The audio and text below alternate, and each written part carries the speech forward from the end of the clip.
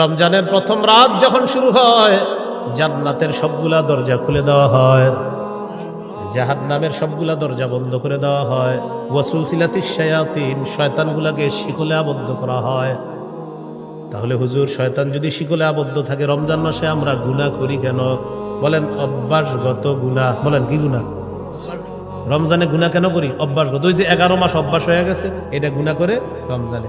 রিমোটটা রমজান মাসে হাতে নেয়, নিয়ে টেলিভিশনটা চালে, পরে মনে পড়ে ইন্দালিল্লাহ রমজান মাস। ওই অভ্যাসগত প্রতিদিন রিমোট ওই টাইমে হাতে নিতেন, রমজান মাসে হাতে নিয়ে নিতেন, পরে মনে পড়ছে রমজান, হ্যাঁ লা হাওলা ওয়ালা কুওয়াতা ইল্লা বিল্লাহ রেখে দেন।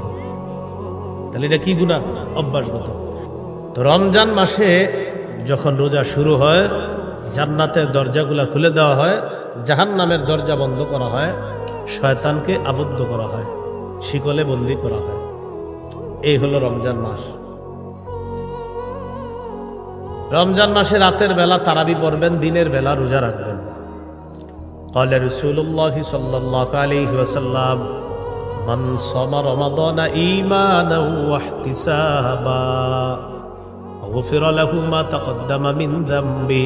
কোন ব্যক্তি যদি রমজানে দিনের বেলা রোজা রাখে, রাতের বেলা সালাত আদায় করে, তারাবি আদায় করে, তার আগের সবগুলা গুনাহ মাফ করে দেওয়া হবে।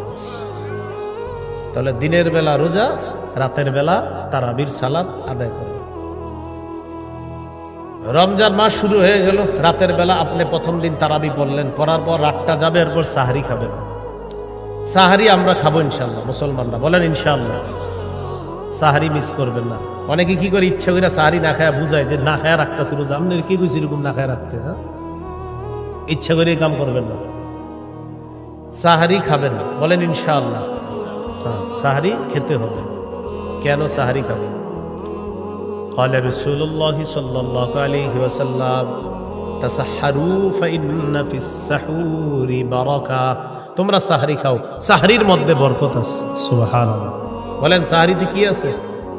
সহিহ বুখারীর 1923 নম্বর হাদিস। এটা সহিহ বুখারীর 1921 নম্বর হাদিসে আছে। আন যায়েদ ইবনে সাবিত রাদিয়াল্লাহু তাআলা আন তাসাহহারনা মা রাসূলিল্লাহি সাল্লাল্লাহু আলাইহি ওয়াসাল্লাম, আমরা নবীজির সাথে সাহারি খেয়েছিলাম। এখান থেকে বোঝা যায় সাহারি খাওয়া আল্লাহর নবীর অভ্যাস, সাহাবীদের অভ্যাস। আরেকটা জানলাম, সাহারি খাওয়া এটা বরকত। বলেন সাহারির মধ্যে কি আছে? বরকত আছে। অন্য হাদিসে আছে, ক্বালা রাসূলুল্লাহ সাল্লাল্লাহু আলাইহি ওয়াসাল্লাম, হালুম্মু ইলাল গাদাইল মুবারাক। আসো তোমরা বরকতপূর্ণ খাদ্যে অংশগ্রহণ করো।